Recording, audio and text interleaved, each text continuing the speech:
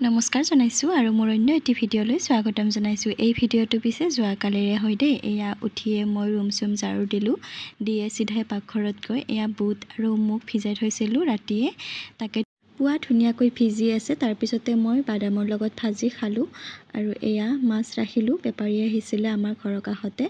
এয়া মাছখিনি ৰাখি ধুনীয়াকৈ কাটি বাছি ল'লোঁ। তাৰপিছত গ'লোঁ পিছফালে আৰু ধনিয়া পাত বুটলিবলৈ। নৰসিংহ পাতো আনিলোঁ লগতে।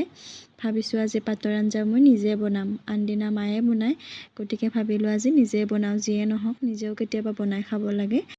নৰসিংহৰ গছডাল পিছে ডাঙৰেই হোৱা নাই, পাতবোৰ ছিঙোতে এয়া তাৰে কেইটামান পাত আনিলোঁ। আনি ধুই মেলি ৰেডি কৰি মই মিক্সিত ধুনীয়াকৈ মিহি কৰি ল'লোঁ।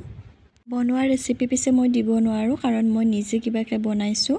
তাৰপিছত দুপৰীয়াৰ ভাত সাজ সকলোৱে ধুনীয়াকৈ খাই ল'লোঁ। খাই লৈ আকৌ অলপ টাইম শুই কাপোৰ চিলাব লৈছোঁ, মানে মেখেলা এখন চিলাওঁ বুলি ভাবিলোঁ। আৰু এয়া ব্লাউজৰ পিচটো কাটি লৈছোঁ এক্সট্ৰাকৈ। তাৰপিছত এয়া মেখেলাখন চিলাই কমপ্লিট কৰিলোঁ।